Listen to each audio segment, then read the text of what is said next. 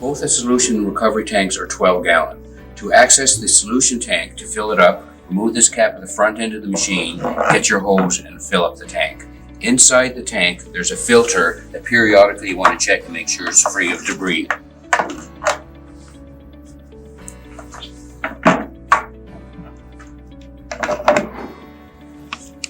To drain the recovery tank, first take the lid off the tank, and it has a drain hose at the back of the machine. Pull it out of the hose holder, hold it up in the air, undo the cap, and then lower it down and drain it out.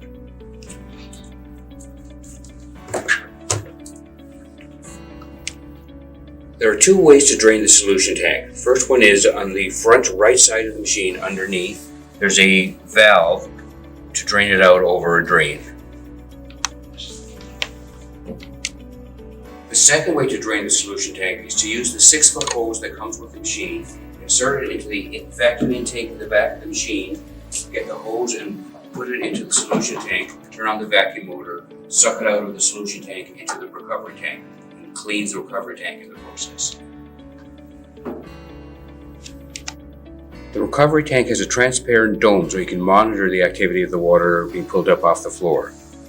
Just to show you inside the 12-gallon tank, it's got a float assembly that shuts off the airflow when the tank is full, and the maintenance item in here, it's got a little filter to catch the lint. You want to make sure this is maintained properly. This unit has a 20-inch scrub brush and a series of 5 spray jets to get maximum effect of the 130 psi pump. To access the spray bar, you can remove it, and it also has an adjustable valve that you can adjust the spray volume coming out of the machine. The function knobs at the back end of the machine, this is to raise and lower the brush to set the brush for the correct pressure for the carpet surface you're on.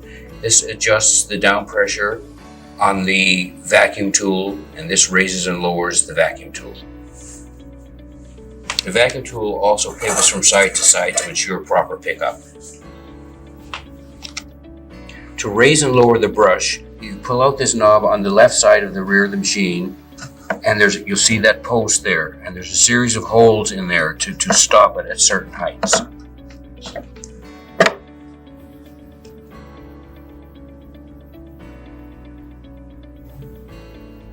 To set the brush at the correct height for cleaning the carpet you're working on, first start with the brush in the upright position, turn on the brush switch, slowly lower the brush till you hear it making contact with the carpet, and lock it in that position.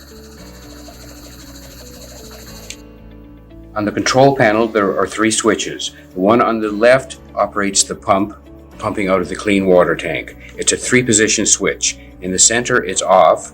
If you push it towards the operator, the pump is activated by pushing down on this lever.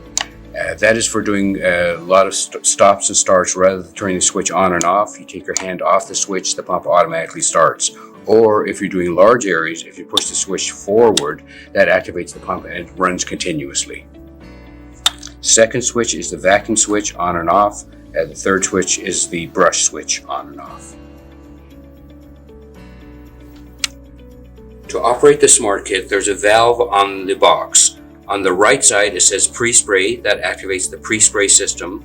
Then there are cleaning modes. The 2-droplet is the low moisture mode. If the carpet is cleaned fairly often, this improves the drying time greatly. If you have a very soiled carpet, put it over to the 4-droplet mode. The Smart Kit includes a 50-foot high pressure hose and a fully adjustable spray gun. The other optional accessories we have to run with the AV12QX are a 20-foot vacuum solution hose, a stand-up drag wand, a hand tool, we have them in aluminum and plastic, and a hard floor squeegee that converts the machine to be used on hard floor surfaces.